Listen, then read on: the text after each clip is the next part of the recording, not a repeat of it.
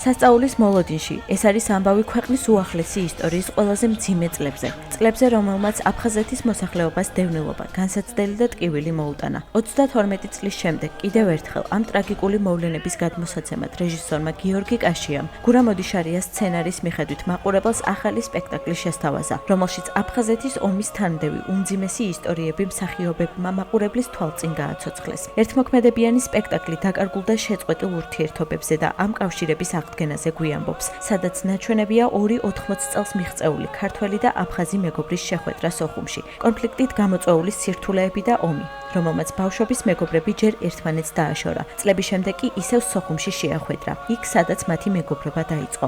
საპრემიერო წარმოდგენას აფხაზეთის ავტონომიური რესპუბლიკის მთავრობის თავმჯდომარე გიორგი ჯინჭარაძე, აფხაზეთის მთავრობის წევრები, უმაღლესი საბჭოს დეპუტატები და საზოგადოების წარმომადგენლები ესწრებოდნენ. ეს სპექტაკლი კიდევ ერთხელ აღწერს და ადასტურებს იმას, რომ ქართულ-აფხაზური კულტურა არის ერთიანი და მე ძალიან დიდი იმედი მაქვს და მჯერა, რომ ის ერთობა, ის ურთიერთპატივისცემა, რაც წლების მანძილზე, ისტორიის მანძილზე იყო ქართველებსა და აფხაზებს შორის, აუცილებლად მშვიდობით იქნება მიღწეული.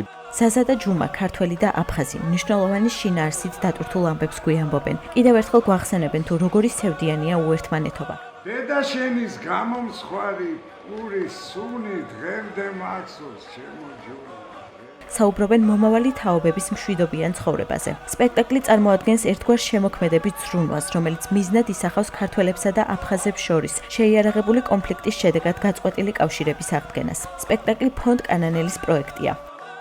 ძალიან საინტერესო იყო ეს პროცესი მუშაობის სოხუმის თეატრში და სიმბოლური რომ სოხუმის თეატრში მოხდა დღევანდელი დღე და მე ვისურვებდი რომ ყველა ერთად აღმოჩენილიყავით სოხუმში.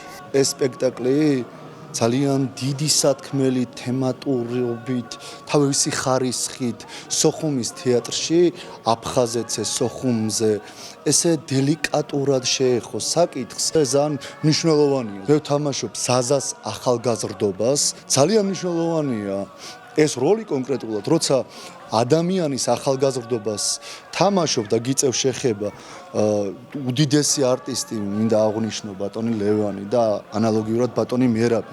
ამ შემთხვევაში მე ბატონი ლევანის ახალგაზრდობას ვთამაშობ. მინდა მადლობა გადაუხადო სოხუმის თეატრს, მთელ გუნდს. აქ დაგვწნენ არაჩვეულებრივი ადამიანები, არაჩვეულებრივი არტისტები, მსახიობები. ჩემთვის დიდი პატივია მათთან ერთად სცენაზე დგომა.